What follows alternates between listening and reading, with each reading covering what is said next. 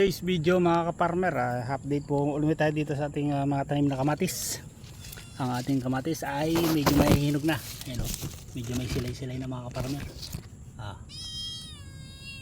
Napakarami pong bunga mga ka-farmer. At ayan, yung aking mga alagang pusa ay talagang nagsusunuran na naman sa atin. At makukulit. Ayan, update tayo dito sa aking mga kamatis mga ka-farmer.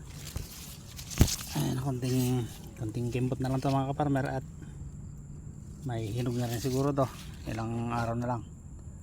Ayan, mayroon na po tayo nakikita na medyo namumula-mula na. Ayan, yung isang buwig na yun, medyo pula na. Pakarami pong bunga mga ka-farmer.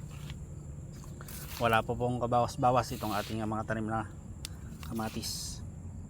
Ito po yung ating nalagaan ng Growers Beet 1000 Plus. Ayun po ang ganda sa taas.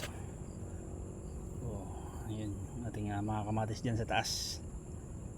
Na kung saan ay ang dami ring bunga. Pare-pares lang po ito mga ka-farmer.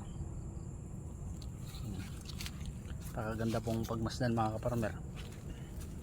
Dahil sa kapal po ng bunga. Talagang halos hindi po kayanin itong ating balag. Ito medyo nakalutang to. Medyo labas yung mga bunga nitong isang linya na to dahil ito po ay nasa gilid, kaya medyo labas yung kanilang mga bunga. Yung makikita nyo naman po yung kanilang mga buwig, talaga naman pong napakakapal. Ito isang buwig lang to mga ka-farmer, kapal ng bunga. Yun ang ganda sa taas ay talaga namang hitik na hitik sa bunga mga ka-farmer. Napakasarap pong pagmasdan. Lalo na to kung ito ay mamumula na, ay lalong maganda ng pagmasdan. Yung tipong mag-harvest na tayo, yun po ay napakagandang sarap. Pinalim mga ka-farmer, daming bunga. Hindi lang po makita masyado dahil makapal yung ating kamatis. Lalo na po harap pa lang po yan mga ka-farmer, napakadaming bunga. Pasyal-pasyal lang muna tayo. Siguro sa mga susunod natin mga vlog mga ka-farmer ay makakapag-harvest na tayo. Yan, ganda. Diamante Max F1 po ito mga ka-farmer.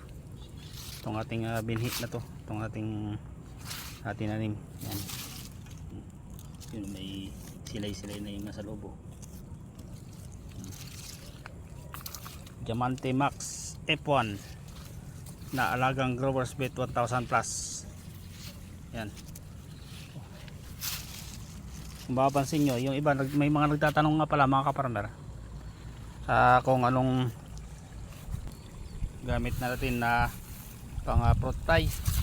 Hindi po tayo nag-apply ng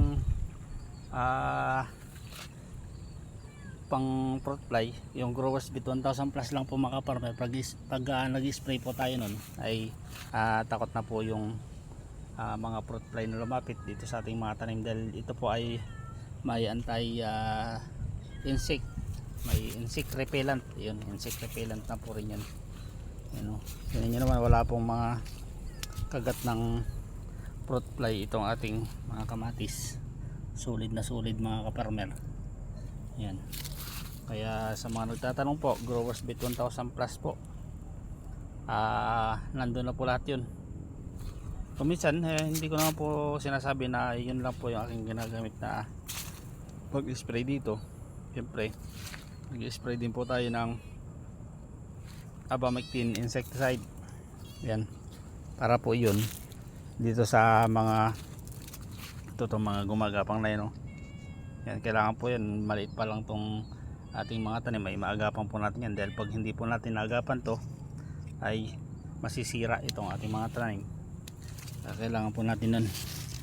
Gumagamit po ako nun pagkabata pa itong aking mga tanim, pero ngayon po hindi na po ako nag-spray nun dahil malalaki na itong mga bunga at nagpapahinog na lang po tayo mga ka-farmer. At update din tayo dito sa aking tanim na ito, tumubo lang pala ito mga ka-farmer. Ito mga bulaklak na at malapit na rin po itong gumulang At ito po itatanim natin dito para dumami. Masarap po itong gulay mga kaparmer. Yan. Yun. So ayun, hanggang dito na lamang pong muli mga kaparmer ang update natin dito sa ating tanim na kamatis. Hanggang sa muli at happy farming po sa ating lahat mga kaparmer. Ito lang po ang inyong Kaimas Agri Kaimas Vlog na nagsasabing masaya ang buhay pag may mga tanim na gulay. Magpakita ka muna Kaimas. Happy farming. God bless us all mga kaparmer.